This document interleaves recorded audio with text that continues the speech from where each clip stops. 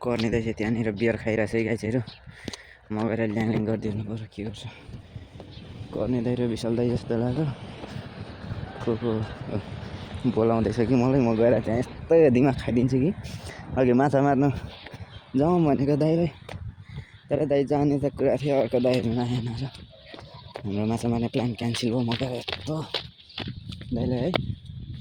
थर्काइदिनु पर्यो थर्काउनु त के खुल्यो खुल्यो खुल्यो खुल्यो खुल्यो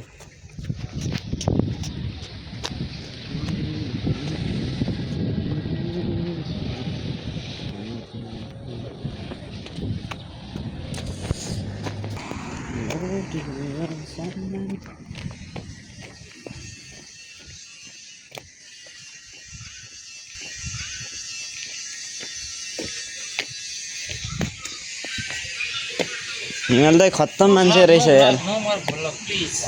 खत्तम मान्छे रहेछ यार हिमाल दाइ माछा मार्न आउनु भनेको के किन्न आउनु